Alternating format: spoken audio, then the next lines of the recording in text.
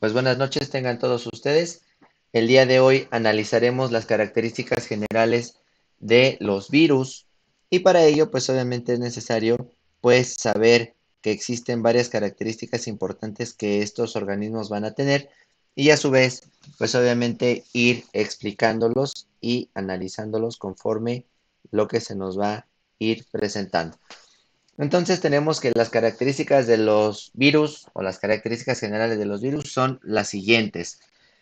Por lo general los virus más pequeños pueden medir solo 20 nanómetros, de 10 a 9 nanómetros, o sea, la milésima parte de un micrón, y los más grandes alcanzan hasta los 300 nanómetros.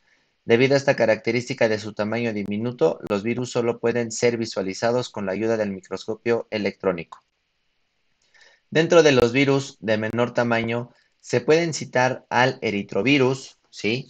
Que tiene aproximadamente 18 nanómetros y el virus de la poliomielitis de 27 nanómetros. Como ejemplos de los virus grandes se pueden mencionar al poxivirus, que tiene una estructura de 3000 nanómetros, como el virus de la viruela y el virus del molusco contagioso. Bueno, muy bien. Aquí es importante que nosotros empecemos a recordar o empecemos a hacer un poquito de idea, ¿sí? Acerca, pues obviamente, de las características generales de los virus. Y nosotros recordamos que existe una clasificación en la que incluyen a Monera, Protista, Fungiplantae y Animalia. Son 5 reinos, pero de los cuales en ninguno de estos se tiene clasificado o se tiene compuesto de manera correcta o concreta a lo que son los virus.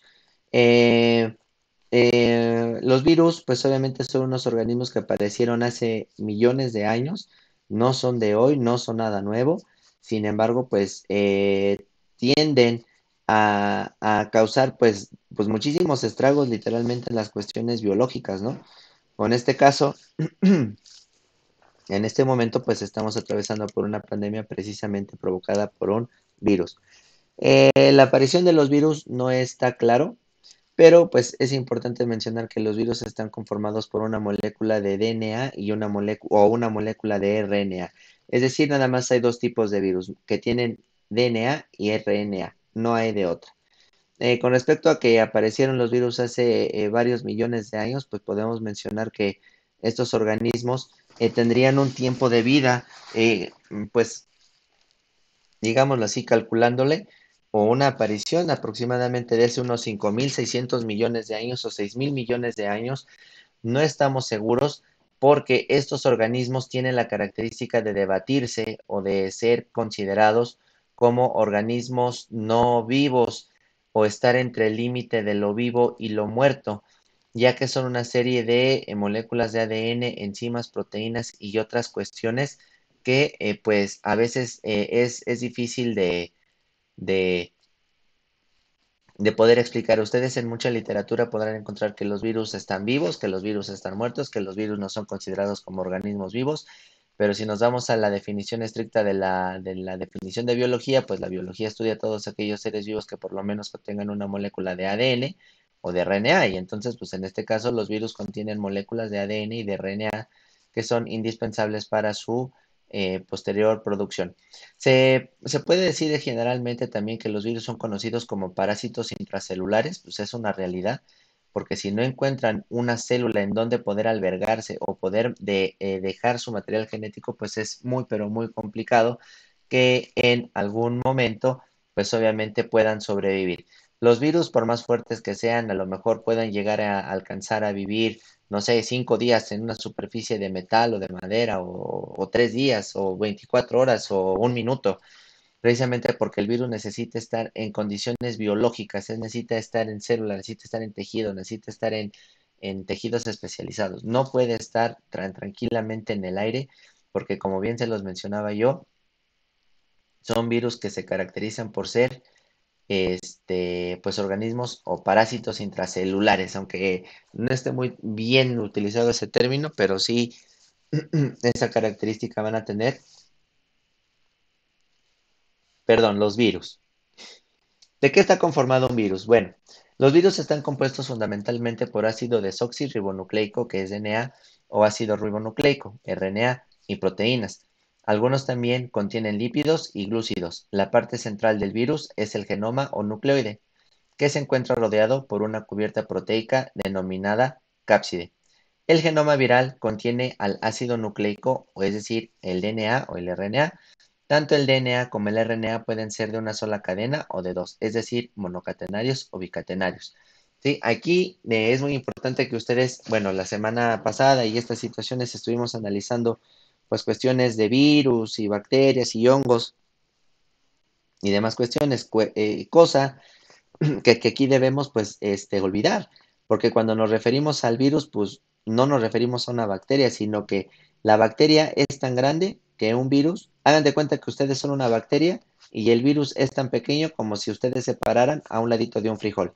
Ponen un frijol a un lado de ustedes y ahora miran el tamaño del frijol que tiene y el tamaño de la bacteria, ¿no? Entonces, los virus son microscópicos, sí, no son fáciles de observar y tienen composiciones químicas y celulares muy importantes. Con respecto a la composición química, también es importante destacar, como se los mencionaba anteriormente, que no hay una situación precisa y concisa de que cuándo, ¿sí?, aparecieron estos organismos. Yo les puedo decir un aproximado, que fueron hace aproximadamente 5.600, 6.000 millones de años, pero que sin embargo fueron cruciales en poder heredar material genético a las células eucariotas, ¿no? Y pues ahí es una teoría que, pues, digámoslo así, lo primero que apareció aquí en el planeta Tierra, pues lo primerito que apareció, pues fueron virus y después las bacterias que se fueron, pues obviamente ahí reacondicionando estas cuestiones, o podemos decir que los virus eran partículas microscópicas que andaban volando por ahí y que no tenían una situación pues precisa o que tenían una situación digámoslo, concreta con respecto al poder vivir.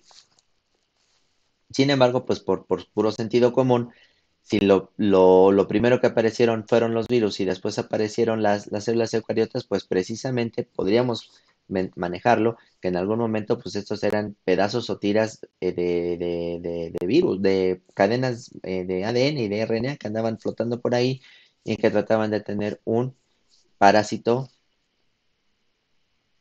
intracelular dentro de las células, ¿no?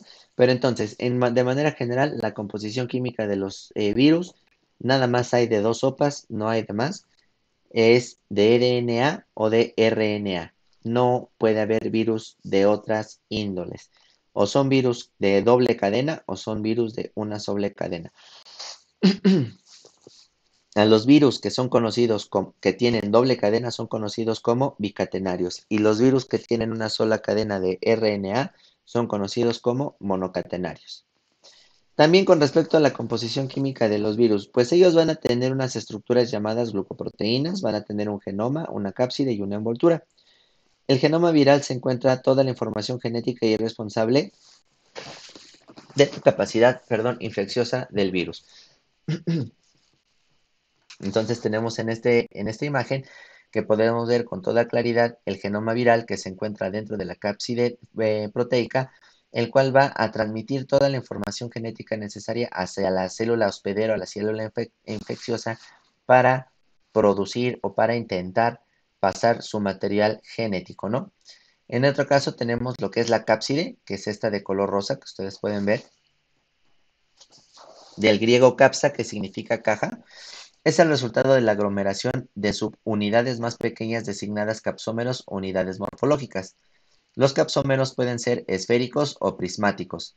A su vez, están constituidos por los portámeros, que son subunidades proteicas. ¿Sale? Entonces, bueno, pues podemos ver aquí que estos organismos llamados virus van a tener un material genético de ADN o de RNA, como ustedes lo están viendo aquí en la imagen, y que va a poder ser utilizado solamente dentro de la cápside, solamente dentro de la cápside, ¿sí? Aquí esta cápside está formada por algunas azúcares, algunas proteínas que van a tener la envoltura nuclear. Y la glucoproteína, que se encargará de servir como receptor celular hacia las células que están infectando o que pretenden infectar el propio virus. Las funciones de la cápside son proteger al genoma. Como ustedes pueden ver, el genoma del virus pues es lo más importante porque es de donde, como van a sobrevivir, ¿sí? Aparte de otorgar la simetría viral de acuerdo con la disposición espacial de los capsómeros. Además, facilita la absorción de los virus desnudos a los receptores de las células que infectan y que tienen capacidad antigénica, ya que las proteínas son potentes inmunógenos. ¿A qué se refiere esta información? A que todas estas estructuras, perdón, todas estas estructuras que ustedes ven que son como unas espinas, estos van a ser conocidas como proteína ¿cómo les puedo decir? Como proteína de pleguamiento, proteína de contacto. Estos piquitos son proteínas y estos piquitos llamados proteínas van a ir directamente o se van a encajar, ¿sí? Directamente a lo que vendría siendo la pared celular o la membrana celular de la propia célula. En esta imagen podemos observar lo que es un virus de ARN, ¿sí? La cápside que va a estar formada por algunas glucoproteínas y aminoácidos que van a estar formando o que van a estar aguardando a lo que es el RNA, ¿sí? Al igual que su envoltura viral, ¿no? Que también puede ser de algunos carbohidratos, lípidos y proteínas para darle función y sostén a el virus.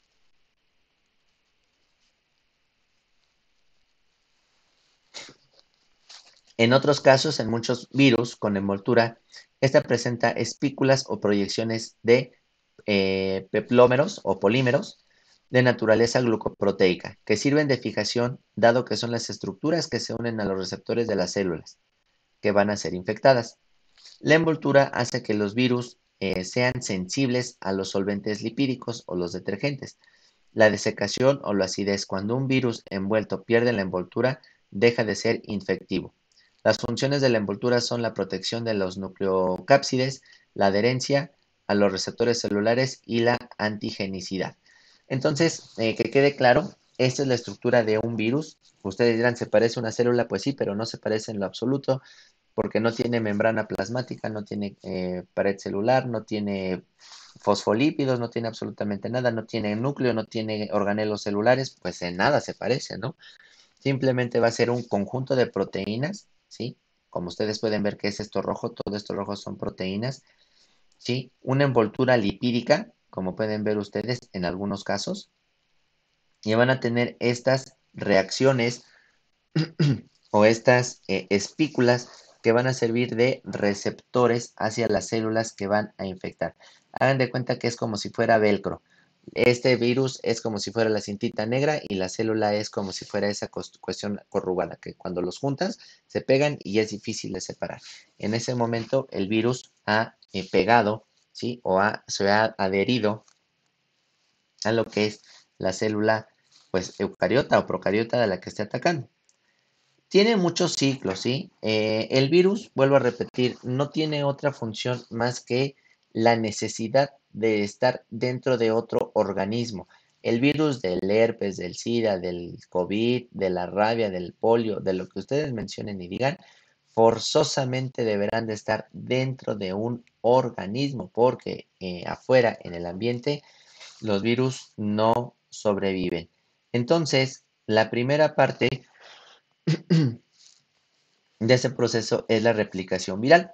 Y la replicación de los virus es un proceso muy particular, por el cual un virus penetra una célula que a partir de ese momento pone a todos sus mecanismos a disposición de ese virus, del cual se producen mucho más copias en su interior. Un solo virus puede haber o puede ocupar hasta o a realizar hasta 100.000 copias, pero solo un 1 al 10% de ellas llegará a ser infecciosa. Entonces, aquí tenemos, por ejemplo, ¿sí? Cómo va a empezar a funcionar. Aquí empieza lo que es la replicación viral. ¿Cuál es el paso número uno? Es la unión o la absorción. Voy a hacer un poquito de zoom. Si ustedes pueden ver aquí, justamente en esta imagen, cómo las espículas, ¿sí? De proteínas específicas van a ser receptoras a la membrana celular de la célula, ¿sí? A la membrana de fosfolípidos, en este caso en una célula eucariota, ¿no? Entonces, aquí viene el virus, anda flotando por todo el cuerpo, llega y se pega directamente a esta membrana celular, ¿sí? que inmediatamente va a empezar a realizar una penetración. Es decir, estas membranas o estas espículas abrirán o harán un hoyo o una vesícula en la cual la información genética del virus será inyectada al citoplasma de la célula. Entonces, el material genético del virus se introduce en la célula. Como número 3 empieza la síntesis, que es que el ácido nucleico viral se replica a costa del metabolismo de la célula. Cuando ya entró el virus, entonces empieza a ocupar todos los recursos que le proporciona la célula al virus y empieza a entrar en una parte de replicación o de síntesis. Empieza a hacer copias y copias y copias y copias y copias de sí mismo. Una vez que termina, entonces pasamos a una situación llamada ensamblaje. El ácido nucleico viral se agrupa en nuevas partículas. Una vez que se empieza a realizar y se empieza a hacer, entra y se realiza y se forman más virus. Fíjense, aquí nada más se pegó uno, introdujo su material genético, aquí se sintetizó y ahora ya ¿cuántos tenemos? Uno, Disculpe, dos, profe, sí, pantalla no adelante. se ve. ¿No se ve? Ok, ahorita lo seguimos analizando. Muy Yo bien. creí que solo estaba leyendo, por eso no le había dicho, pero ahorita que hoy que dice que veamos, ya por eso le dije. Ah, ok. Ahorita lo terminamos y continuamos para que ustedes puedan ver el video, ¿vale? Ustedes siguen poniendo atención. Ok, profe. Posteriormente Gracias. viene lo que es la liberación. Esta liberación es obviamente lo más importante, que es de acuerdo a el proceso, ¿sí? En el cual el virus es liberado, ¿no? Aquí el virus es liberado y entonces está preparado para entrar y volver a infectar directamente a otra célula, ¿no? Y así sucesiva y sucesivamente. Vamos a pasar a la siguiente y les sigo explicando. En realidad, el mecanismo íntimo de este proceso está determinado por el tipo de ácido nucleico que tiene el virus en general. Los virus con genoma de DNA replican en el núcleo de la célula. Los que tienen genoma RNA lo hacen en el citoplasma de la célula. En forma general, la replicación viral cuenta con los siguientes pasos. Uno, que es la absorción o fijación. Dos, es la penetración o entrada. Tres, es la descapsidación o desnudamiento. Cuatro, síntesis de proteínas y replicación del genoma. Y la cinco es la maduración o egreso del propio virus. Entonces, como posteriormente ustedes verán en esta imagen, se las vamos a ir explicando, no hay ningún problema. ¿Sí? La primera parte de la infección viral, pues es directamente con la entrada de los virus, con la entrada de estas proteínas que serán transmitidas directamente al núcleo y posteriormente serán transmitidas a el citoplasma y serán ya expulsadas del mismo virus. ¿Sale? Tenemos lo que es la absorción o la fijación como el primer paso. El virus se une específicamente a través de las proteínas de fijación a un receptor situado en la superficie de la célula que va a ser infectado o la célula hospedadora. En este caso, la fijación absorción, como podremos ver aquí en la imagen, es el virus que llega, se pega y directamente se va a insertar o pegar a la membrana celular de la propia célula, vaya la redundancia, ¿no? Y en esta etapa se pone en evidencia el tropismo, que es la capacidad de un virus de infectar ciertas células de un tejido o un órgano en particular. Entonces, en este caso, las células, ¿sí? O los virus siempre se van a pegar o absorber a la membrana celular de una célula eucariota o procariota, ¿no? Es la primera parte de lo que vendría siendo la vida de este bicho, ¿no? De este virus. Es primeramente la absorción o la pegación a la membrana de la célula. Después viene un proceso, como ya se lo habíamos mencionado más arriba y en las diapositivas anteriores, es la descapsidación o desnudamiento. En el interior de la célula, la cápsida debe eliminarse por medio de enzimas proteicas celulares que la degradan. En la mayoría de los virus de DNA, el genoma ingresa en el núcleo celular y en los virus de RNA. El ácido nucleico viral permanece en el citoplasma y así sucesiva y sucesivamente, ¿no? Entonces, aquí tenemos en esta imagen, pues, cómo viene el virus, entra por la membrana celular, empieza un proceso de replicación en general y una vez que ese virus ya está armado, sale de la célula y va, infecta a la siguiente. Después es la penetración, ¿no?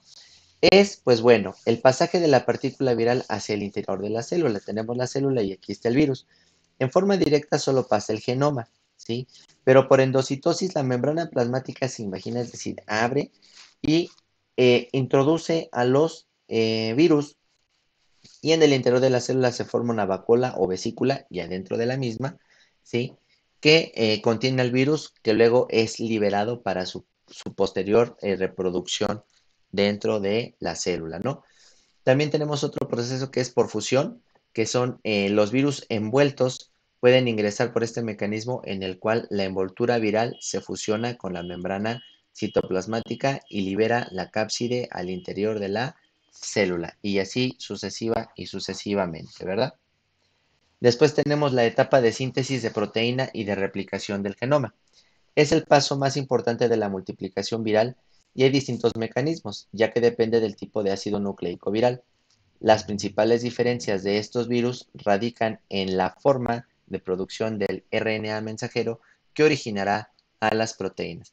Entonces, una vez que el ADN, bueno, el ADN del virus está dentro de la célula, este empieza un proceso de replicación y de síntesis.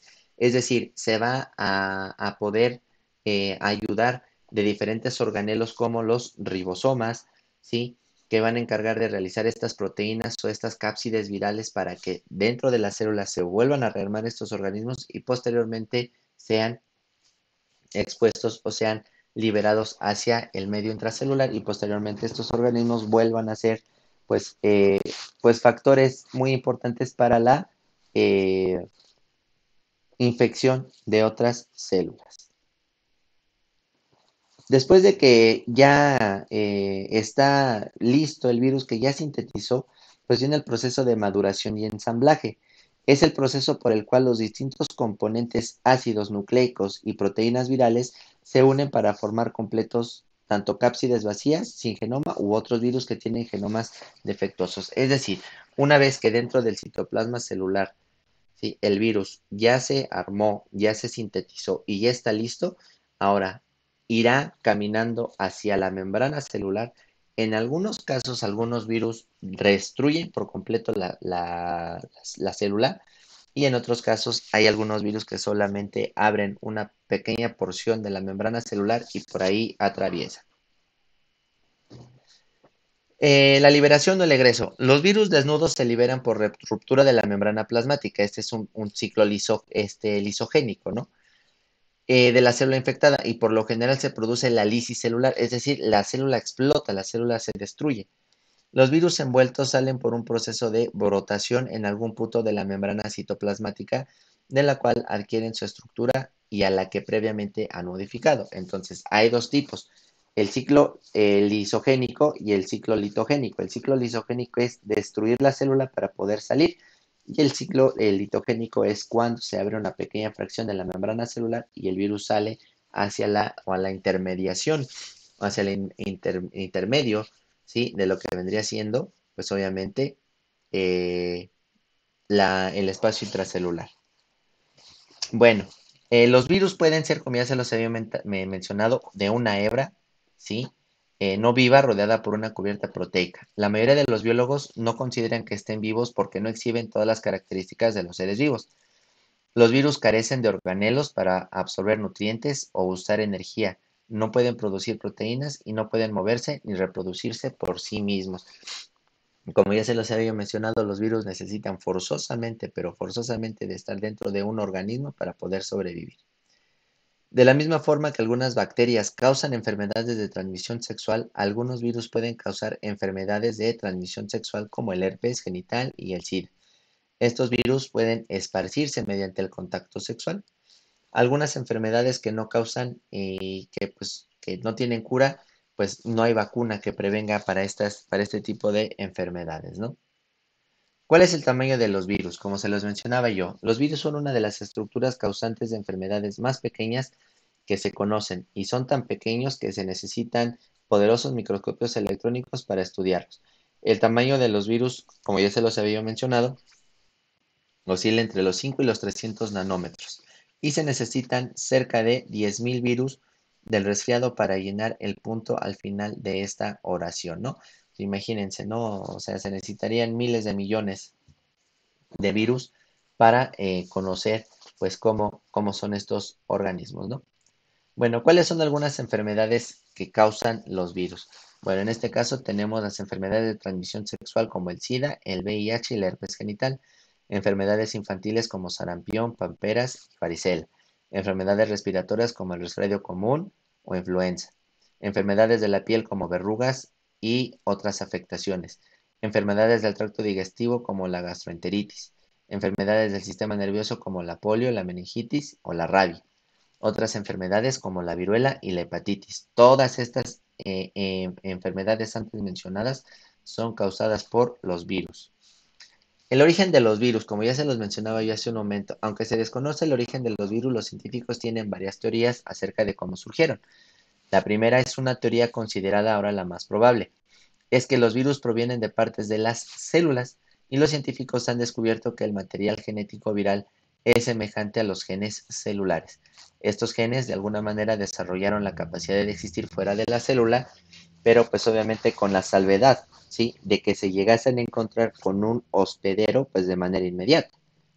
Porque pues bueno, podrán sobrevivir a lo mejor en la intemperie 2, 3 minutos, 3 días, 4 días, pero como les voy a mencionar, estos virus son considerados también como parásitos intracelulares, porque si estos organismos no encuentran de manera correcta, de manera apropiada, una célula en la cual puedan hacer blanco, pues no va a haber manera en que pues puedan sobrevivir. Por eso, por ejemplo, es un comentario, ¿no? Las personas que se enferman de VIH o que se enferman de cualquier otro virus, de hepatitis o todo, al principio se tiene el cuidado necesario con esos pacientes, pero conforme van avanzando, pues a lo mejor ustedes dirán, ay, pues es que ya cayó aquí una gota de una persona que tenía SIDA y me voy a infectar. Pues no, no necesariamente. Estos virus duran muy poco en el tiempo, digamos, en la cuestión extracelular, o sea, no viven mucho tiempo dentro de una libreta, de un celular, sino que necesitan ese medio activo, porque ya se los había mencionado, como son cachos de proteínas y ADN, pues obviamente necesitan estas células para poder sobrevivir. Bueno, ¿cuál es la estructura de los virus? Que quede bien claro, la infección por adenovirus causa el resfriado común y el virus de la influenza es el responsable de la gripe. Un virus que infecta a las bacterias se llama bacteriófagos. El virus del mosaico del tabaco causa enfermedades en las hojas del tabaco. La cubierta exterior de todos los virus se compone de proteínas llamada cápside o cápsida. Dentro de la cápsida, ya se los había mencionado, se encuentra el material genético que puede ser de ADN o ARN, pero nunca de los dos. Los virus generalmente se clasifican según el ácido nucleico que ellos contengan. ¿Cómo se lleva a cabo una infección viral? Bueno, un virus para replicarse debe de penetrar la célula huésped. El virus se adhiere a la célula huésped mediante receptores específicos en la membrana plasmática del huésped, ¿sí? Diferentes organismos tienen receptores para distintos tipos de virus, lo cual explica por qué muchos virus no se pueden propagar entre diferentes especies. Nosotros podemos encontrar miles de millones de virus, me quiero suponer, a lo mejor en un gorila, en una rata de la calle, en un perro silvestre, en un león, en una culebra, en una serpiente, en un parásito, también tienen virus, pero no todos van a poder ser compatibles con nuestras células o con nuestro material genético. Entonces, por eso es que hay ese tipo de cambios entre los organismos de especie a especie y de qué virus a qué virus llega a afectar a los organismos. Una vez adherido este virus que entra, puede ser por vía bucal, por los oídos, por los ojos, por el recto, por los aparatos reproductores tanto femeninos como masculinos, por la boca, por las vías nasales, por cualquier lado donde el virus pueda entrar, se va a adherir a una serie de proteínas sumamente específicas de la célula a la que va a atacar, ¿sí? En algunos casos, el virus entero entra a la célula y la cápside se desdobla rápidamente y se expone el material genético. Es decir, esta es la célula y este es el virus. Llega, se topa aquí y justamente abre, ¿sí? Y entonces suelta todo el material genético. Aquí dentro de la célula se vuelve a armar ese virus y entonces, ya que se volvió a armar, rompe la célula o simplemente sale por un proceso llamado exocitosis de la membrana celular. Bueno, ¿cuál es el ciclo lítico? Bueno, el ciclo lítico es el que se va a llevar a cabo cuando destruye a la célula. La célula huésped hace muchas copias de ARN o ADN viral y los genes virales le indican a la célula huésped que produzca más cápsides de proteína viral y enzimas necesarias para la replicación viral. Se forma una cubierta de proteína alrededor del ácido nucleico de los nuevos virus y estos salen de la célula por exocitosis, al ser que la célula estalle por sí, liberar nuevos virus que puedan infectar a otra célula. Entonces aquí ustedes pueden ver el ciclo lítico. Iniciamos por una absorción a la membrana celular o a la pared celular de la célula. Existe una fase de inyección, existe una fase de rearmamiento y en la fase 5 es la ruptura o lisis celular, precisamente para que el virus se encargue de liberar la mayor cantidad de estos organismos para poder infectar a otras células. Obviamente los virus se replican siguiendo el ciclo lítico, a menudo producen infecciones activas. Algunas de las infecciones activas más usualmente son de sintomatología inmediatas, lo cual se refiere a que la enfermedad que causa el virus comienza a aparecer de 1 a 4 días después de la exposición. El resfriado común y la gripe son dos ejemplos de enfermedades virales muy comunes de infección activa. ¿A qué se refiere el ciclo lisogénico? Bueno, se los mencionaba yo también más arriba. El ciclo lisogénico, es decir, el ADN viral se inserta o se integra en un cromosoma en la célula huésped. Una vez integrado, la célula infectada contendrá los genes virales que obviamente quedarán de manera permanentemente. Los genes virales pueden permanecer inactivos por meses, años o décadas. Después, en algún momento dado, los genes virales podrán ser activados por distintos factores que dan inicio al ciclo lisogénico, ¿no? Es decir, una vez que esos factores ya se cumplieron o, digámoslo así, caducaron, entonces viene la expulsión de este virus. Cuando viene la expulsión de ese virus, los genes le darán instrucciones a una célula huésped de otra que vuelvan a infectar, ¿sí? Para que fabrique más virus y los nuevos virus saldrán de la célula mediante exocitosis, lo que mencionábamos un momento. Y muchos virus causantes de enfermedades hacen este tipo de procesos. Por ejemplo, el herpes es un ejemplo de un virus que causa infección latente. Este virus se transmite oralmente y uno de sus síntomas es la herpes, pues obviamente labial. Por ejemplo, también tenemos otros tipos de virus que son los retrovirus. Algunos virus tienen ARN en vez de ADN como material genético. Este tipo de virus se llama retrovirus y tiene un ciclo de replicación complejo. El retrovirus más conocido es el virus de la inmunodeficiencia humana, o VIH. Algunos virus causantes del cáncer también pertenecen a este grupo. Entonces, cuando hablamos de retrovirus, recordemos que nos estamos refiriendo a virus que tienen ARN en vez de ADN y por eso es que se llaman retrovirus. Uno de los retrovirus más famosos es el VIH. Si hablamos de retrovirus, por lo general nos estaremos refiriendo a virus que van a ser monocatenarios. ¿Por qué van a ser monocatenarios? Porque solo presentan una hebra de RNA, ¿vale? La cápside también está rodeada por una envoltura lipídica obtenida de la membrana plasmática de una célula huésped. Igual, lo mismito. Como la mayoría de cómo funcionan los virus de ADN, funcionan los de ARN. Y una enzima llamada transcriptasa inversa o retrotranscriptasa se hallan en el interior del virus. Y la transcriptasa inversa es la enzima que transcribe el ADN a partir del ARN viral. Es decir, cuando entra a la célula, esta retrotranscriptasa inversa va a tomar algunos nucleótidos del RNA y los va a transmitir o los va a transpolar al material genético de la propia célula. Otro ejemplo es cuando el VIH se adhiere a una célula, el virus penetra el citoplasma de la célula huésped y libera el ARN viral. La transcriptasa inversa sintetiza el ADN usando el ARN viral como molde. Luego, el ADN se mueve hacia el núcleo de la célula huésped y se integra en un cromosoma. El ADN viral puede quedar inactivo por un periodo de años antes de activarse. Y una vez activado, inicia la transcripción de ARN a partir del ADN viral y la célula huésped fabrica y ensambla nuevas partículas de VIH que va a propiciar que se formen estas partículas de VIH o estas células de VIH que cuando tengan el ciclo lisogénico, entonces salgan por exocitosis, ¿sí? Y entonces esos virus que andan flotando en el medio intracelular lleguen a otras células en específico, como glóbulos blancos, macrófagos, leucocitos, se adhieran y los deshagan, los eliminen, lo que provoca una baja respuesta inmunológica a las personas que contienen VIH. ¿Sí? También tenemos otros tipos de virus como los priones. La proteína capaz de causar una infección o enfermedad se llama partícula infecciosa o proteica o prión.